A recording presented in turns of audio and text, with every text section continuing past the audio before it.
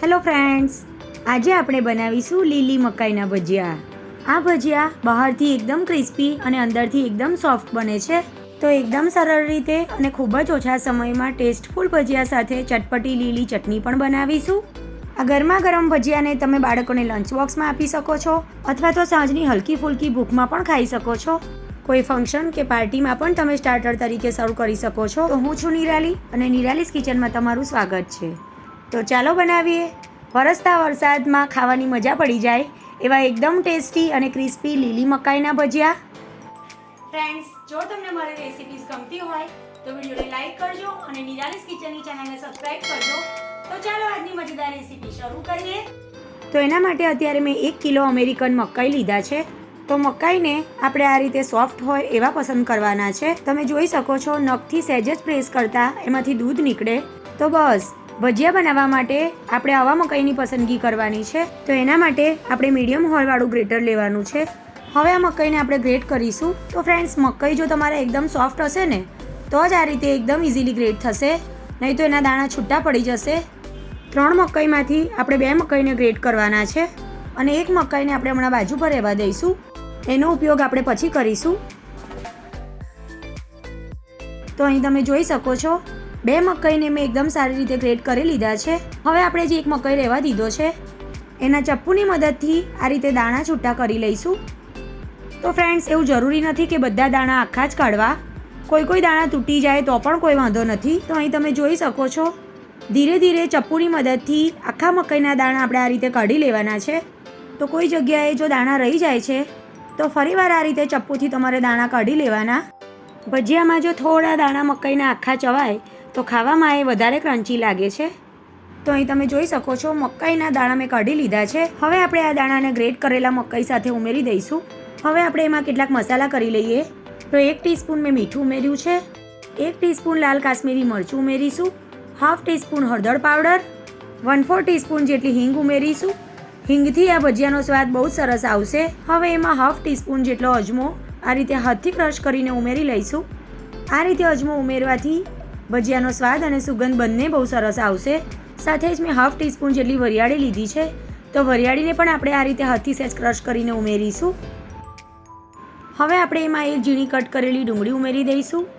સાથે જ 1 ઝીણું કટ કરેલું કેપ્સિકમ ઉમેરી દઈશું. 2 ફાઇન ચોપ કરેલા લીલા મરચાં ઉમેરી દઈશું. જો તમે તીખું ઓછું ખાતા હોય તો મરચાંની ક્વોન્ટિટી એ પ્રમાણે ઓછી લેવાની. ત્યાર પછી એમાં 1 ઇંચ જેટલું ગ્રેટ કરેલું આદું ઉમેરી દઈશું. હવે આ બધા જ મસાલાને એકદમ સારી રીતે મિક્સ કરી દઈશું. તો ફ્રેન્ડ્સ, તીખાશ તમે તમારા ટેસ્ટને અકોર્ડિંગ પ્લસ માઇનસ કરી શકો છો. જો તમે તીખું ઓછું ખાતા હોય તો મરચાંની ક્વોન્ટિટી એ પ્રમાણે ઓછી લેવાની. હવે આપણે એમાં 2 ટેબલ સ્પૂન કોર્નફ્લોર ઉમેરી દઈશું. સાથે જ 1 કપ ચણાનો લોટ ઉમેરી દઈશું. હવે આપણે એમાં થોડું પાણી ઉમેરતા જઈને મીડિયમ થીક એવું બેટર બનાવીશું. તો ફ્રેન્ડ્સ, આપણે જે કોર્નફ્લોર ઉમેર્યો છે એનાથી ભજીયા એકદમ ક્રિસ્પી બનશે. જો તમારી પાસે કોર્નફ્લોર ના હોય તો તમે ચોખાનો લોટ પણ ઉમેરી શકો છો.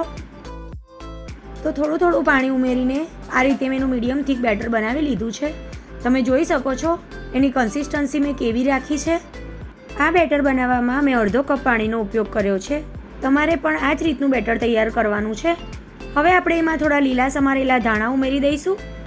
મિક્સ કરી દઈશું બરાબર. લીલા ધાણાનો સ્વાદ આ ભજીયામાં બહુ જ સરસ આવશે. તો લીલા ધાણા બિલકુલ સ્કીપ ના કરતા જરૂરથી ઉમેરજો.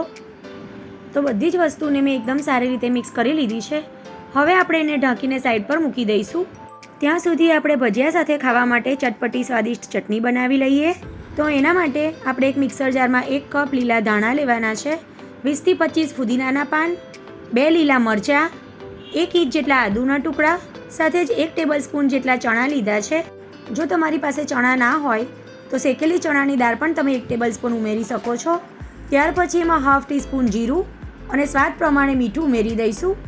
1 પિંચ જેટલી હિંગ ઉમેરી દઈએ અને 2 ટેબલ સ્પૂન જેટલું સહેજ ખાટું દહીં સાથે જરૂરિયાત પ્રમાણે પાણી ઉમેરી એની ચટણી બનાવી લઈશું.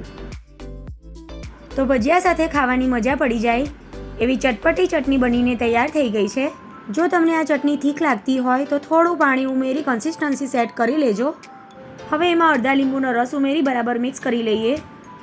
જો દહીં તમારું વધારે ખાટું હોય તો લીંબુનો રસ નહીં ઉમેરવાનો, પણ લીંબુનો રસ ઉમેરવાથી ચટણીનો કલર લાંબા સમય સુધી ગ્રીન રહેશે પણ જો તમારી પાસે લીંબુ ના હોય તો ચાટ મસાલો પણ ઉમેરી શકાય.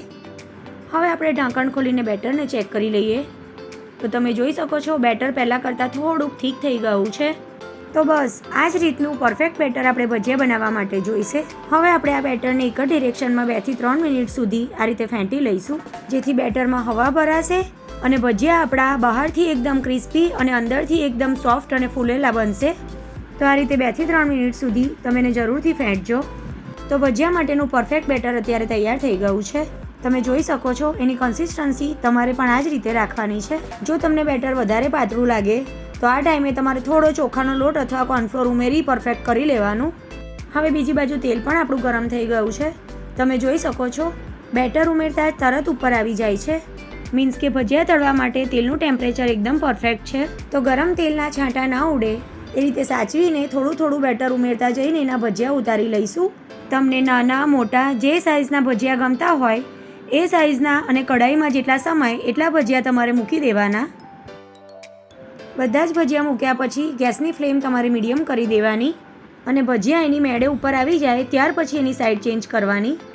ભજીયા તેલમાં મૂક્યા પછી મીડિયમ ફ્લેમ પર તમારે 1 થી 2 મિનિટ સુધી આ જ રીતે થવા દેવાના.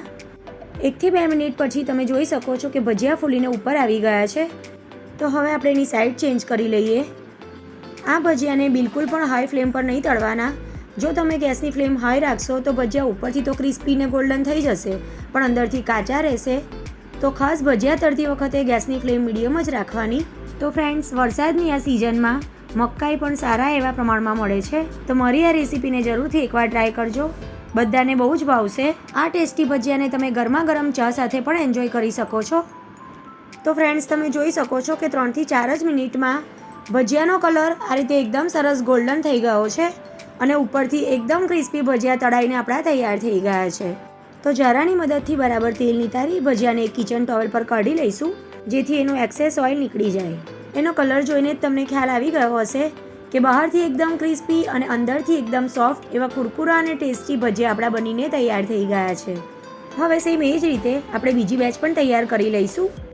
તો પહેલાં ગેસની ફ્લેમ હાઈ રાખવાની અને ભજીયા મુકાઈ ગયા પછી ગેસની મીડિયમ ફ્લેમ પર ભજીયાને 2 થી 3 મિનિટ સુધી થવા દઈશું અને ત્યાર પછી એની મેળે જ ઉપર આવી જાય એટલે એની સાઈડ ચેન્જ કરી અને મીડિયમ ફ્લેમ પર 2 થી 3 મિનિટ સુધી આ રીતે ગોલ્ડન કલર આવે ત્યાં સુધી એને ફ્રાય કરી લેવાના. તો એકદમ ક્રિસ્પી અને કુરકુરા ટેસ્ટી એવા લીલી મકાઈના ભજીયા બનીને સર્વ કરવા માટે બિલકુલ તૈયાર છે. આપણે જે લીલી ચટણી બનાવી એની સાથે અથવા તો ગરમા ગરમ ચા સાથે પણ તમે આ ભજીયા ખાઈ શકો છો. એકવાર તમે આ ભજીયા બાળકોને બનાવીને આપજો, ખરેખર એમને બહુ જ ભાવશે. અને લીલી મકાઈ તો આમ પણ બાળકોને બહુ જ ભાવતી હોય છે.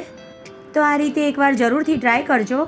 અને તમે લીલી મકાઈના ભજીયા બનાવતા હોય તો કેવી રીતે બનાવો છો એ મને કમેન્ટમાં જણાવવાનું બિલકુલ ના ભૂલશો. અને મારી આ ભજીયાની રેસીપી તમને સારી લાગી હોય તો વિડીયોને લાઇક કરજો અને વધારેમાં વધારે શેર કરજો. સાથે જ આવી નવી રેસીપી જોવા માટે મારી ચેનલ નિરાલીસ કિચનને સબસ્ક્રાઇબ કરજો અને બાજુમાં આપેલું બેલ આઇકોન ક્લિક કરજો, જેથી તમને મારા નવા વિડીયોના અપડેટ સૌથી પહેલાં મળી જાય. તો ફરી મળીશું એક નવી રેસીપી સાથે. Thanks for watching.